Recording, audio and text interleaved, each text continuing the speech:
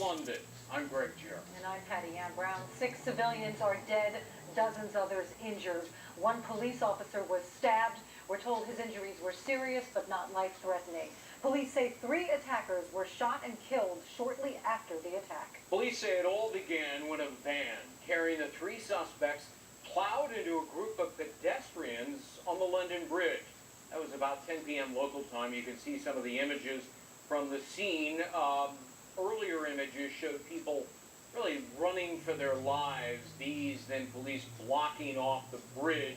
They closed it eventually in both directions. Yeah, and that van continued on to Borough Market, where witnesses say they jumped out carrying 12-inch knives. Eyewitnesses say it was a very chaotic scene. I just saw loads of people run away from the market, and there was people lying on the ground, and there was a taxi driver who had his sort of window down, who was really shouting at people to run. We ran for like 100 metres, and then we saw loads of police cars turned up, and there was kind of a period of quite intense gunfire. I hid in a restaurant basement for about an hour, and then we were down there for quite a while. The police told us to get out, and then there was more gunfire, I'd say, pretty much as soon as we left the building. So we've been down there for about another half an hour, and then they just evacuated us now. Of course, these attacks come less than 2 weeks after the bombing in Manchester Arena, which killed 22 people and left more than 100 others hurt. For the very latest on the twin terror attacks in London, let's go to Fox Senior Foreign Affairs correspondent Greg Talcott. He joins us live from our London bureau. So, Greg, give us an update, the latest information you've got.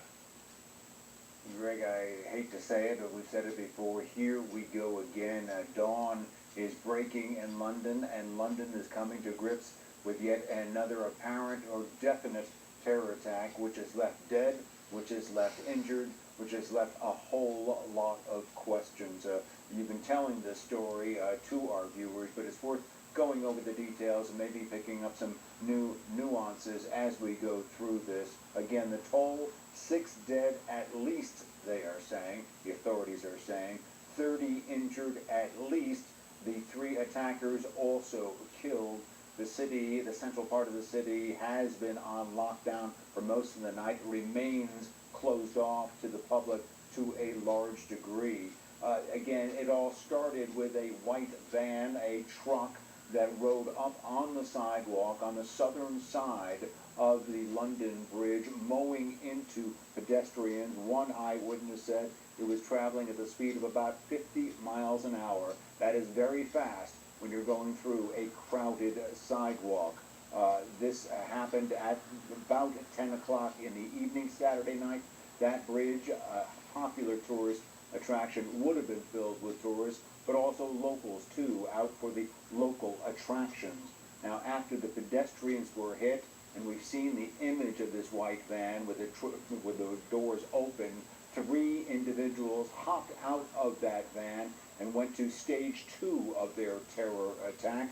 That is with knives as long as 12 inches long, and they started to stab people there, and then they went on a rampage through the area. It's called the Suffolk area of London, also Borough Market area, where there are a lot of shops, a lot of restaurants, a lot of market, a lot of people. And they worked their way through about 4 or 5 blocks, stabbing people in some instances, going into restaurants until they were fought back by some individuals in those restaurants. And then the real fight back came from police. That's when, as eyewitnesses tell it, there were rounds and rounds and rounds of automatic rifle fire. We saw emergency police vehicles, SWAT teams swarming over the area, helicopters into the area, as well as boats along the river zeroing in on these individuals. They did get them, all 3.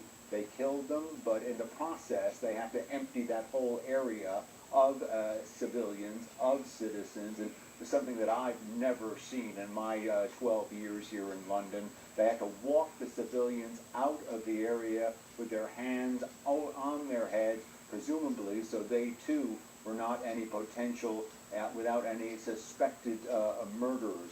The police quickly, but in these cases, the police described this as possible terror and then an actual terror attack. Also, the Prime Minister saying the same thing.